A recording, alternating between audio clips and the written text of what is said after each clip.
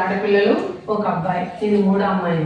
మా నాన్న సరిగా లేక మా నలుగురిని మా అమ్మ పోషించేది. మా అమ్మ కిరాణీ కొట్టు పెట్టుకుంటూ పాల వ్యాపారం చేస్తూ మా ఇంట్లో అవసరాలన్నీ తీర్చేది. పెద్దకి నా సినిమాస్లోనే పెళ్లి అయిపోయింది. చెల్లెలు మేనత్త వాళ్ళ ఇంటికి పెంచుకొని తీసుకెళ్ళారు. మా అమ్మకి నేను అన్నయ్య కలిపి చేదోడు వాదోడు కింద ఉండేవాడు. అలాంటి సమయంలో దూర బంధుతోటి నాకు వివాహం జరిగింది. నా భర్త ఏమాత్రం మంచివాడు కాదు. మా అత్తింట్లో నాకు అన్నం కూడా పెట్టేవారు కాదు, మనస్సా పిండేది కాదు, ఇబ్బంది పెట్టేసేవారు.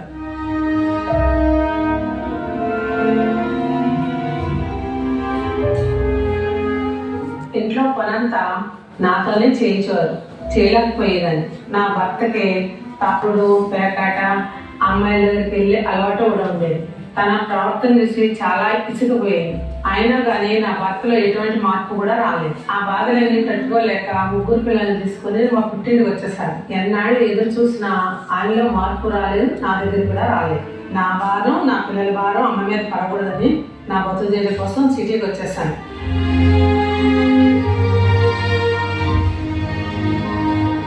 చాలా కాలం పాటు సరైన పని దొరక్క నేను ఎంతో ఇబ్బంది పడ్డాను. ఇక నా బ్రతుకు ఇంతేనని బాధపడుతున్న సమయంలో మా ఇంటి పక్కన అపార్ట్మెంట్ లో వాచ్మెన్ భార్య కలవర్ టెంపుల్కి ఒక ఆదివారం తీసుకొచ్చింది. ఆ రోజు వాక్యం ద్వారాగా దేవుడు ఎంతో ధైర్యపరిచాడు నన్ను. మరలా చెప్తున్నాను, సహోదరు, నీతిగా జీవిస్తున్నావా? యథార్థంగా జీవిస్తున్నావా?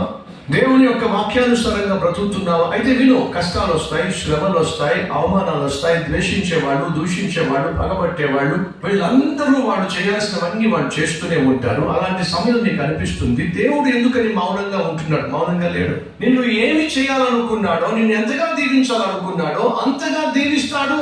నేను పడుతున్న కష్టాలని నా యేసేకే చెప్పుకున్నాను. నేను బ్రతకడానికి మంచి పని ఇమ్మని నా 3 బిడ్డల భవిష్యత్తు దేవుని చేతిలో పెట్టి నేను ప్రార్థన చేసుకున్నాను.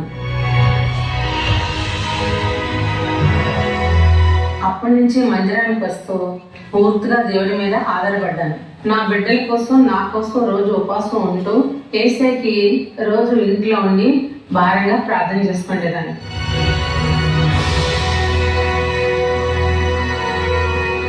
నేను ఎంతో విశ్వాసంగా చేసిన ప్రార్థన యేసయ్యని సంవత్సరం తిరగకుండానే అమ్మ ద్వారాగా లేడీస్ హాస్టల్ పెట్టుకుని శక్తినిచ్చాడు.